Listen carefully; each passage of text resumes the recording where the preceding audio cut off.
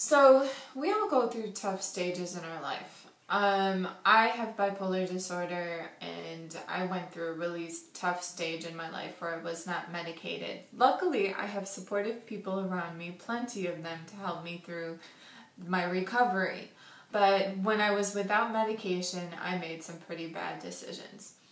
Some pretty bad decisions that will even prevent me from applying for jobs or applying to volunteer at locations. So because of this, I had to think about what I needed to do to move forward. And my answer might come as a surprise. I am going to still apply for jobs, and I am still going to apply for volunteer work. The reason is because I can't let these things hold me back. If I need to apply for a rehabilitation review by the state, I will do that. But that's it. And a person who helped me out with this decision is my peer, Paige. And I actually have a question for Paige. Paige, how is it that you move forward during times of difficulty? Thank you, Katie.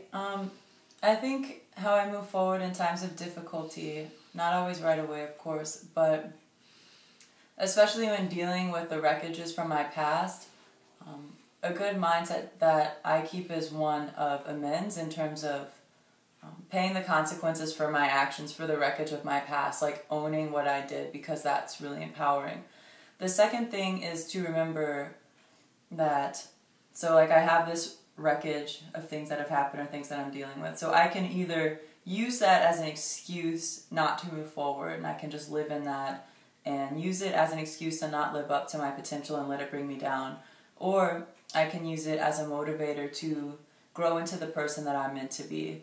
For me, all of my big phases in development of my life wouldn't have happened if they weren't prompted by severe pain and suffering, and then using the attitude that I had that got me in a lot of bad situations to channel my energies into becoming the person that I know a higher power has meant for me to be. And part of that involves trying. And I think what you're doing, Katie, is really brave, because it's a lot easier to take a problem and not look at it and ignore it and pretend it's not there and just settle, right? But you want to volunteer with kids and you want to apply for jobs, and you know that you're more than capable of doing that, and that you're working and you're in recovery right now.